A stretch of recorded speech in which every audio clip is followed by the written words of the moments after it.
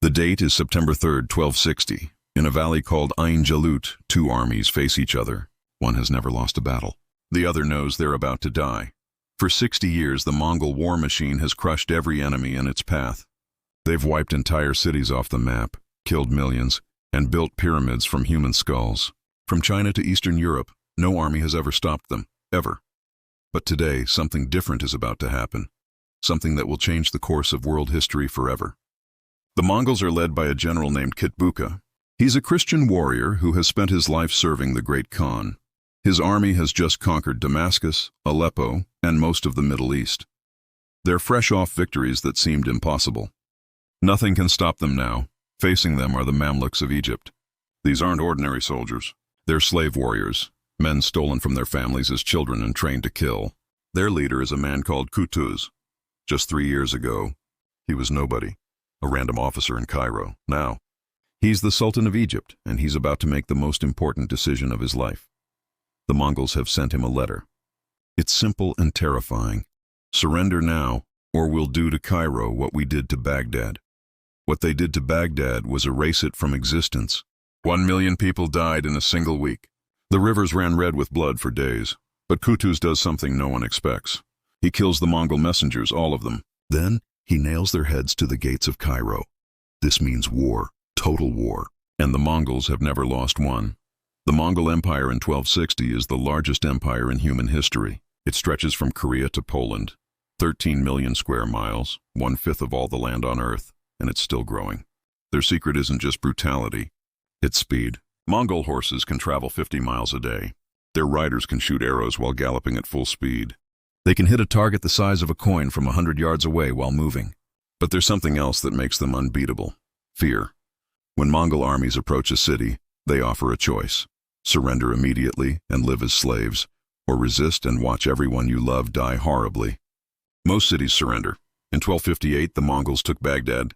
It was the greatest city in the Islamic world, home to the House of Wisdom, where scholars preserved the knowledge of ancient Greece and Rome, where algebra was invented, where the first hospitals were built. The Mongols destroyed it all. They threw books into the river until the water turned black with ink. They killed so many people that witnesses said you could walk from one end of the city to the other without touching the ground, just stepping on bodies. This is what awaits Cairo if Kutuz loses, but the Mamluks aren't ordinary enemies. They have a secret weapon that even the Mongols fear.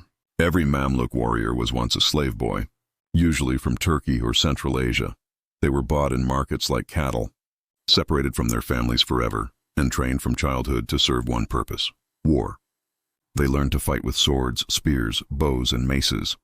They studied tactics, languages, and the Quran.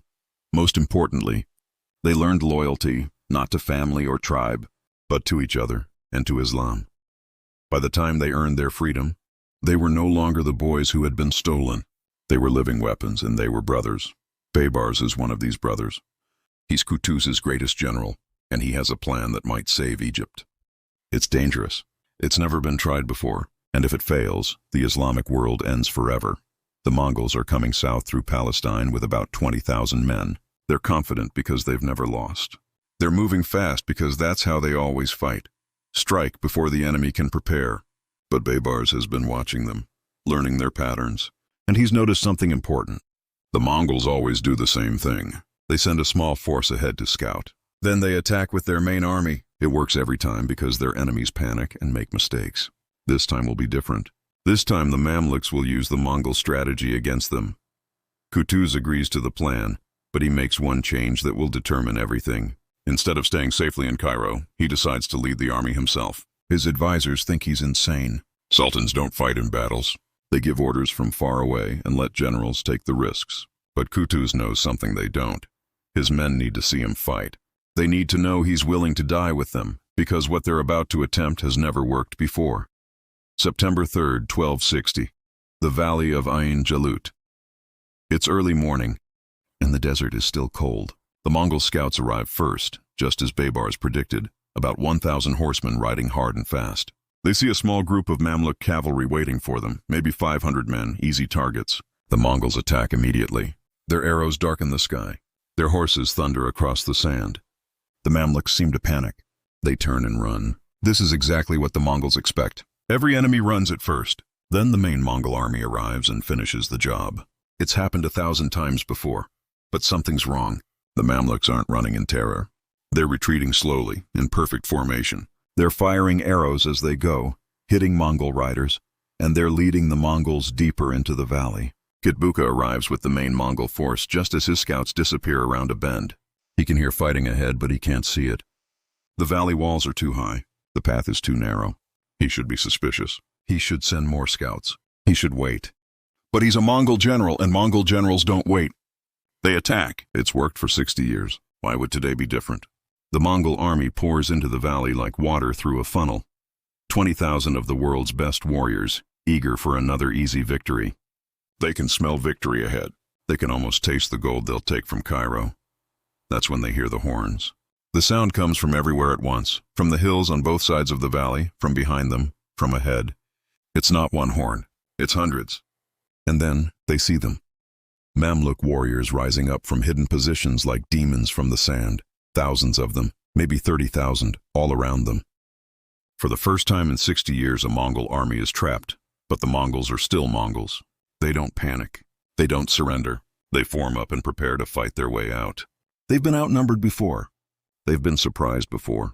They've never lost before. Kitbuka orders his men to break out toward the south. It's the shortest path to open ground. If they can reach the desert, they can use their speed and archery to turn the battle around. The Mongols charge. Their arrows find their marks. Their horses crash into the Mamluk lines. For a moment, it looks like they might succeed. But then, Kutuz does something that changes everything. He takes off his helmet, throws it on the ground, and screams at the top of his lungs, "O Islam!" Every Mamluk warrior hears him. They see their sultan, their leader, fighting like a common soldier, bleeding like they're bleeding, risking everything like they're risking everything. The effect is electric. The Mamluks surge forward with a fury the Mongols have never seen. These aren't terrified farmers or soft city dwellers. These are professional killers who've trained their entire lives for this moment. The battle becomes a slaughter. But for the first time in decades, it's not the Mongols doing the slaughtering. Kitbuka fights like a lion. His sword cuts down a dozen Mamluk warriors before he's finally overwhelmed. With his last breath, he shouts defiance at his enemies. He dies as he lived, without fear. When the sun sets on September 3rd, 1260, almost the entire Mongol army is dead. A few hundred escape to tell the tale. The rest become carrion for desert vultures. But the real victory isn't just military. It's psychological. For 60 years, the Mongols seemed unstoppable, chosen by heaven, blessed by the gods. Today, that myth dies in the sand of Palestine. News of the victory spreads like wildfire. From Cairo to Baghdad to Damascus, people who had lived in terror for decades suddenly dare to hope again. The Mongols can be beaten. The tide of conquest can be turned. In Mongolia, far to the east, the great Khan Munka receives the news months later. For the first time since the empire began, a Mongol army has been completely destroyed. The western expansion stops immediately. Resources that would have been used to conquer Africa and Europe are redirected to other frontiers. The Mamluks use this breathing room wisely. Over the next few years, they recapture every city the Mongols took in Palestine and Syria. Baybars becomes the new sultan after Kutuz is assassinated by his own officers. It's a reminder that medieval politics were always deadly, even among allies. But Baybars continues the campaign against the Mongols and the Crusader states. By 1300, the Mongol Empire is fragmenting. The unified war machine that once threatened to conquer the world breaks apart into competing kingdoms. They fight each other instead of expanding westward. The Mamluks rule Egypt and Syria for another 250 years. They become patrons of art, science, and architecture. Cairo grows into one of the richest cities in the world. The knowledge preserved in Islamic libraries helps fuel the European Renaissance centuries later. None of this would have happened if Kutuz had chosen differently on that morning in September. If he had stayed in Cairo, if he had listened to the advisors who told him to negotiate, if he had been a normal ruler instead of a warrior, Ain Jalut saved more than Egypt. It saved the idea that any empire, no matter how powerful, can be stopped by people willing to fight for their homes and beliefs. The Mongols never forgot the lesson either. In later centuries, when they faced other enemies who used similar tactics, they were more cautious.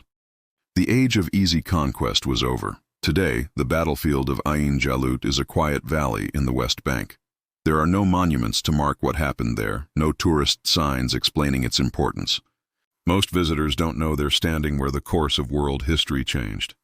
But on September 3rd, 1260, right where they're standing, a group of former slave boys proved that even the mightiest empire in human history could bleed, and sometimes that's all it takes to change the world.